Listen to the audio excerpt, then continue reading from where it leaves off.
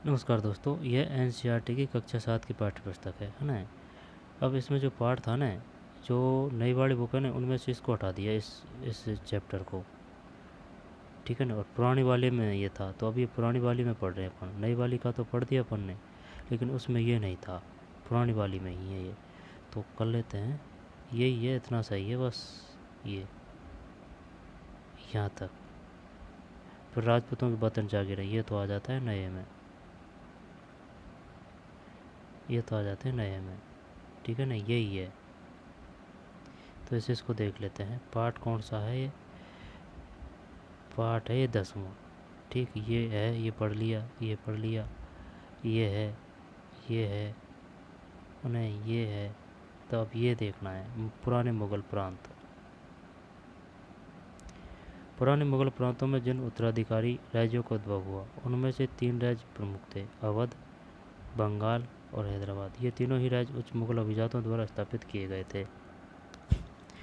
इन 3 राज्यों के संस्थापक सआदत खान अवध, मुर्शिद कुली खान बंगाल। पूछ लिया जाता है कि बताइए सआदत खान संबंधित थे, या फिर निम्नलिखित को व्यवस्थित कीजिए। सआदत खान, अवध का संस्थापक कौन था भाई?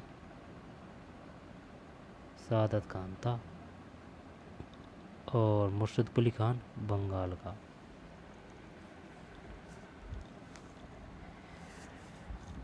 मुर्शिद कुली खान बंगाल का।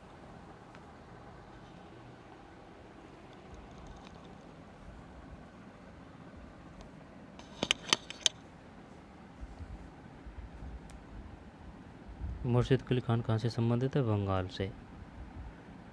देख, सआदत सआदत सआदत सआदत अवध है ना, सआदत अवध, सआदत अवध। याद करने का जुगाड़ है। मुर्शिद कुली खान है ना, बंगाल। और आसफ जहाँ हैदराबाद, ऐसे व्यक्ति थे जिनका मुग़ल दरबार में ऊंचा स्थान था। मुग़ल बादशाहों को उन पर भरोसा और विश्वास था। आसफ जहाँ और मुर्शिद कुली खान दोनों को 7,000 का दर्जा मिला हुआ था। आसफ जहाँ और मुर्शिद कुली खान।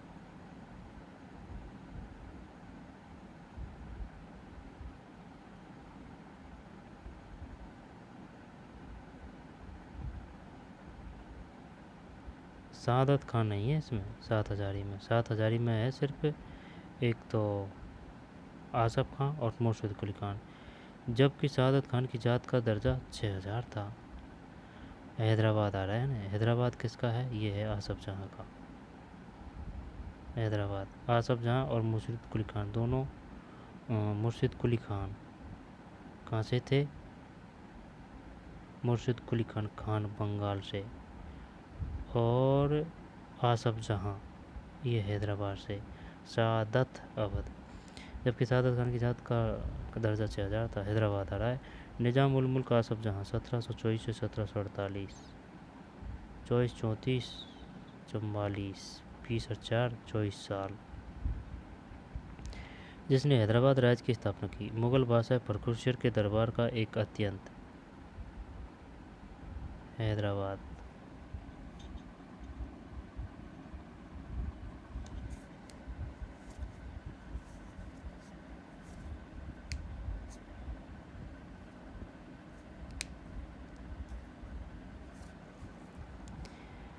हैदराबाद निज़ाम उल मुल्क आसफ जहाँ 1724 से 1700, जिसने हैदराबाद राज्य की स्थापना की। मुग़ल बादशाह फर्रुखशेर के दरबार का एक अत्यंत।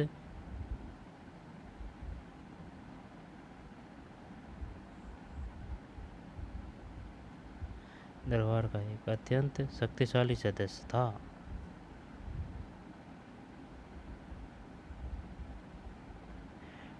पूछेगा वो, हैदराबाद की स्थापना किसने की? निज़ाम उल मुल्क आसफ जहाँ। मुग़ल बादशाह फर्रुखशेर के दरबार के एक अत्यंत शक्तिशाली सदस्य था। उसने सर्वप्रथम अवध की सूबेदारी सौंपी गई थी और बाद में उसे दक्कन का कार्यभार दे दिया गया था। 1720 के 22 के मध्य दक्कन प्रांतों का सूबेदार होने की वजह से आसफ जहाँ के पास पहले से ही राजनीतिक और वित्तीय प्रशासन का पूरा नियंत्रण था। दक्कन में होने वाले उपद्रवों और मुग़ल दरबार में चल रही प्रतिस्पर्धा का फायदा उठाकर उसने सत्ता हथियाई तथा उस क्षेत्र का वास्तविक शासक बन गया। 1720-22 की मध्य दक्कन प्रांतों को सूबेदार होने की वजह से आसफ जहाँ के पास पहले से ही राजनीतिक और वित्तीय प्रशासन का पूरा नियंत्रण था। आसफ जहाँ अपने लिए कुशल सैनिकों तथा प्रशासकों को उत्तरी भारत से लाया था और वे दक्षिण में नए अवसर पाकर प्रसन्न थे। उसने मनसबदार नियुक्त किए, उन्हें जागीरें प्रदान की। हालांकि वह अभी भी मुगल सम्राट का सेवक था, फिर वह काफ़ी आज़ादी से शासन चलाता था। न तो वह दिल्ली से कोई निर्देश लेता था, न ही दिल्ली उसके कामकाज में कोई हस्तक्षेप करती थी।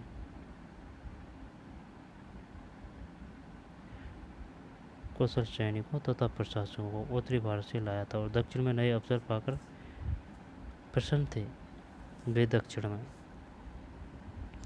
हालांकि वह अभी भी मुगल सम्राट का सेवक था, फिर भी वह काफ़ी आज़ादी से शासन चलाता था। न तो वह दिल्ली में कोई निर्देश लेता था, न दिल्ली से, और नई दिल्ली उसके कामकाज में कोई हस्तक्षेप करती थी। मुगल बादशाह तो केवल निज़ाम उल मुल्क आसफ जहाँ द्वारा पहले से लिए गए निर्णयों की पुष्टि कर दिया करते थे।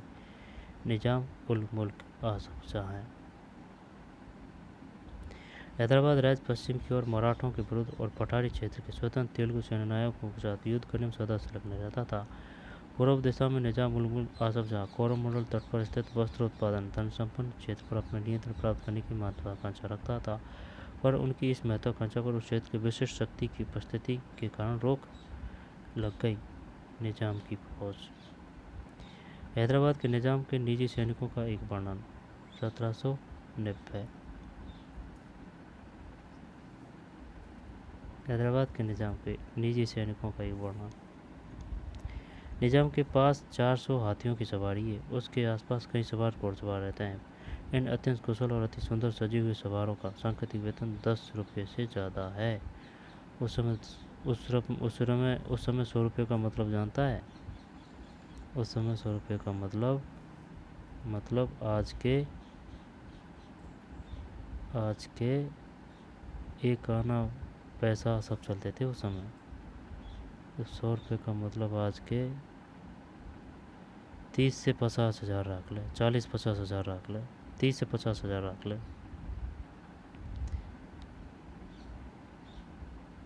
इन पर 25 से 30 हज़ार रख ले। अवध। बुरहान उल मुल्क सआदत खान को 1722 में अवध का सूबेदार नियुक्त किया गया। सआदत खान को 1722 में मुगल साम्राज्य का विघटन होने पर जो राज्य बने उनमें यह राज्य सर्वाधिक महत्वपूर्ण राज्य में से एक था। अवध एक समृद्धशाली प्रदेश था जो गंगा नदी के उपजाऊ मैदान में फैला हुआ था और उत्तरी भारत तथा बंगाल के बीच व्यापार का मुख्य मार्ग उसी में से होकर गुजरता था। बुरहान मुल्क ने भी अवध की सूबेदारी, दीवानी और फौजदारी एक साथ अपने हाथ में ले ली। बुरहान उल मुल्क ने भी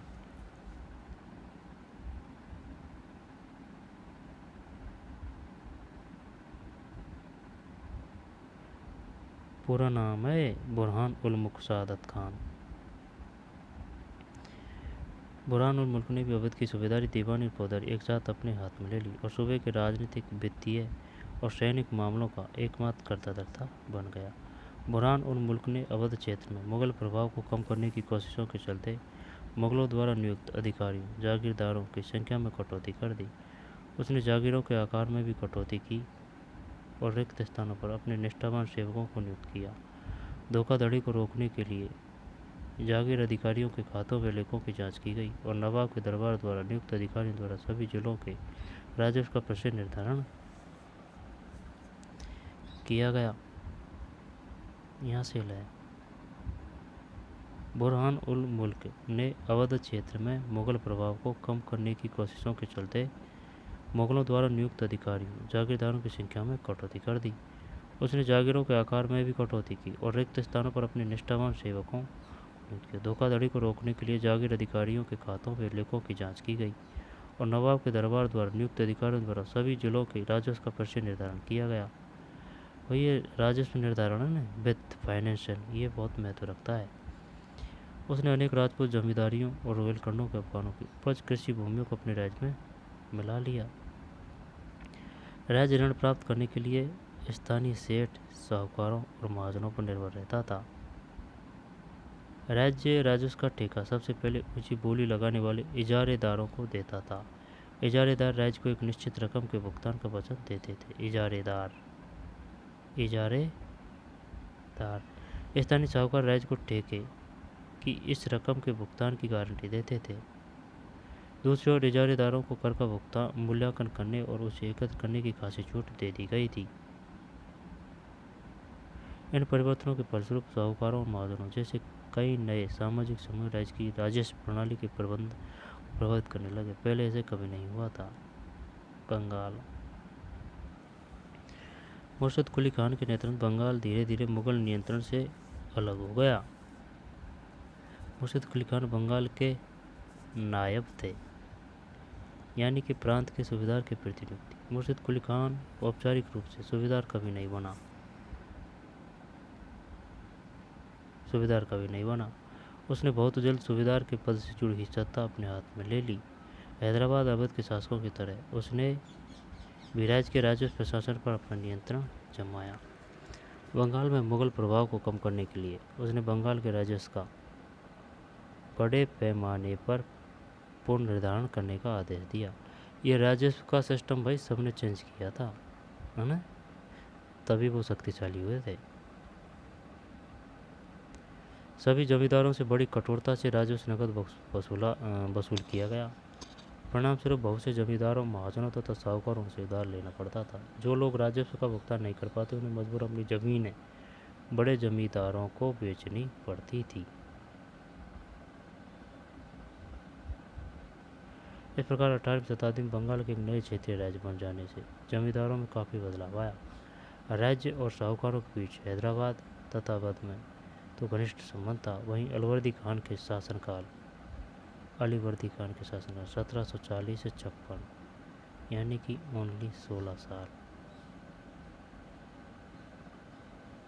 बंगाल में भी स्पष्ट दिखाई दिया। उसके शासनकाल में जगत सेठ का साहूकार घराना अत्यंत समृद्धशाली हो गया। अब वो ये पूछेगा जगत सेठ संबंधित था। अलीवर्दी खान बंगाल 1740 से 56 समृद्धशाली हो गया। अलीवर्दी खान का दरबार।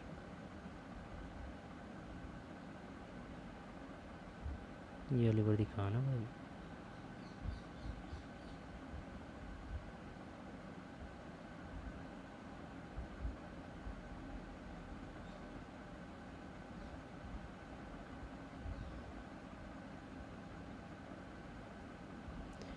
यदि हम इन राज्यों के अभिलक्षणों पर विहंगम दृष्टि डालें तो हमें उनके कुछ सामान्य विशेषताएं देखने को मिलेगी।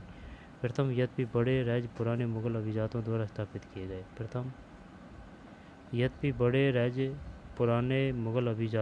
स्थापित किए गए थे। ये अभिजात कुछ प्रशासनिक व्यवस्थाओं के प्रति संदेशपद थे जो उन्हें उत्तराधिकार में मिले थे। विशेषतः वे जागीरदारी व्यवस्था को अत्यंत संदेह की दृष्टि से देखा करते थे। दूसरा, उनके कर प्राप्त करने के तरीके मुगलों से भिन्न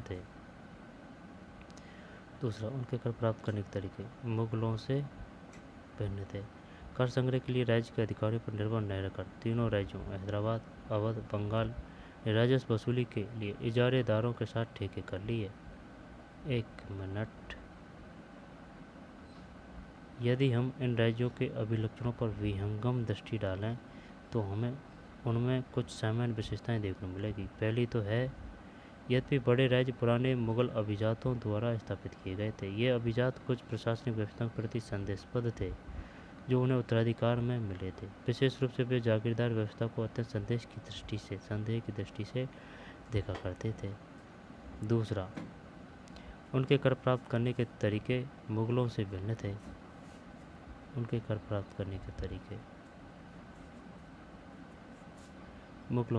थे। कर संग्रह के लिए राज्य के अधिकारियों पर निर्भर न रहकर तीनों राज्यों हैदराबाद, अवध, बंगाल। ये क्वेश्चन आया था। बंगाल में कौन था? अलीवर्दी खान। अवध में कौन था? अवध में शहादत खान, बुरहान मुल्क शहादत खान। हैदराबाद में याद नहीं आ रहा। उन्हें राजस्व वसूली के लिए इजारेदारों के साथ ठेके कर लिए। इजारेदारी की प्रथा जो मुगलों द्वारा पूर्णतः नापसंद की गई थी 18वीं शताब्दी में समस्त भारत में फैल गई थी। इजारेदारी प्रथा जो मुगलों द्वारा पूर्णतः नापसंद की गई थी। 18वीं शताब्दी में समस्त भारत में फैल गई थी। तथापि देहात के उस प्रभाव में क्षेत्रीय विभिन्नताएं थी। इन सभी क्षेत्रीय राज्यों में तीसरा सामान्य लक्षण यह था कि उनमें राज्य और धनी महाजनों तथा वणिक जनों के बीच संबंध उभरने लगे। राज्य और धनी महाजनों तथा वणिक यानी कि बणियों। ये साहूकार महाजन लोग लगान वसूल करने वाले इजारेदारों को पैसा उधार देते थे। बदले में प्रतिभूति, जमानत या बंधक के रूप में जमीन रख लेते थे और उनकी जोतों से अपने खुद के कारिंदों के जरिए कर वसूल किया करते थे। इस प्रकार समस्त भारत में धनाढ़ साहूकारों और महाजनों की इस नई राजनीतिक व्यवस्था में साझेदारी बढ़ रही थी। ये तो है, उसमें वतन जागीर है।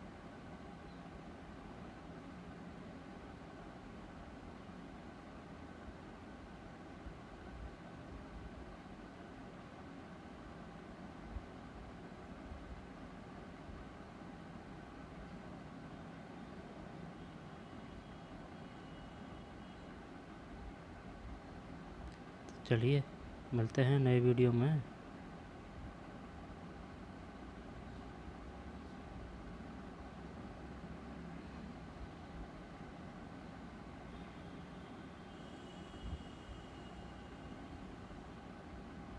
रेगिस्तान की पूर्ति करें।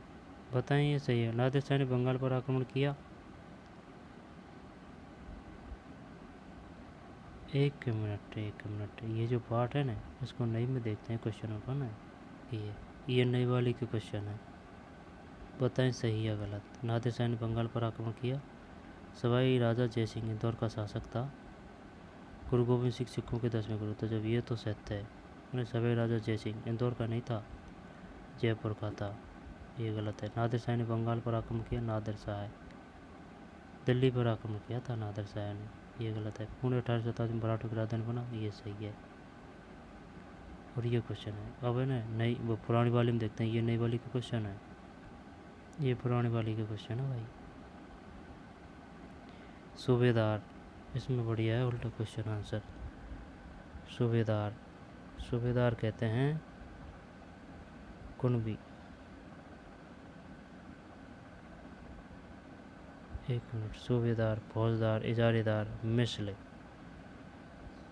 मिसले सिख योद्धाओं का समूह है ना। कुनबी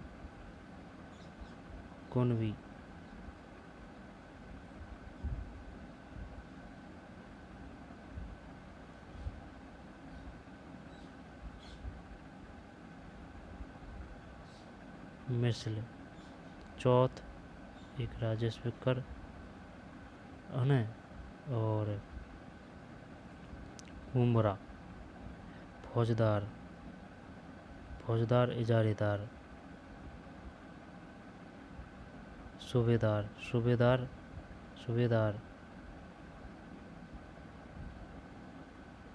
सूबेदार का कर दिया प्रांतीय सूबेदार। फौजदार या इजारेदार उच्च अभिजात।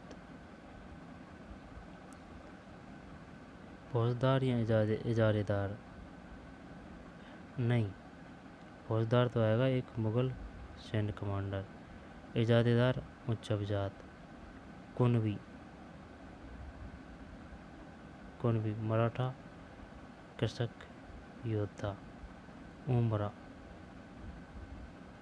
मराठाओं द्वारा लगाया गया कर। गलत तो कर रहे हैं अपन। ये तो चौथ है, इसमें कोई दिक्कत नहीं है ना। और मिसल ये सिक्कों का है, इसमें कोई दिक्कत नहीं है। और कुनबी बोलते हैं मराठा कृषक योद्धा।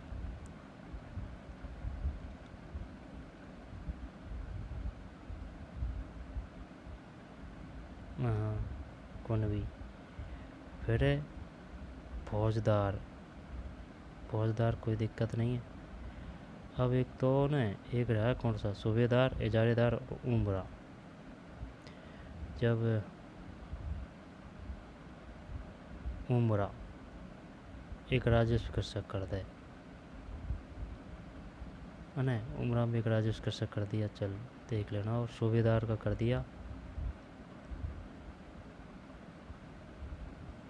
प्रांतीय सूबेदार, इजारेदार, उच्च विजात। औरंगजेब ने एक लंबी लड़ाई लड़ी मुग़लों से। उमराव और जागीरदार मुग़ल के शक्तिशाली अंग थे। आसफ जाह ने हैदराबाद राज्य की स्थापना की।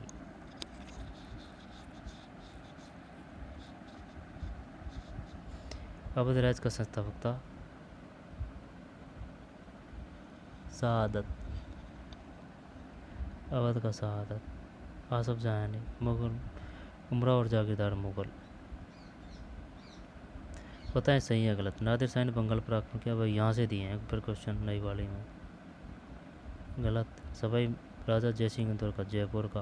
गुरु गोविंद सिंह 10 में, ये सही है, जयपुर का आएगा। 1857 मराठा की राजधानी बना, सही है।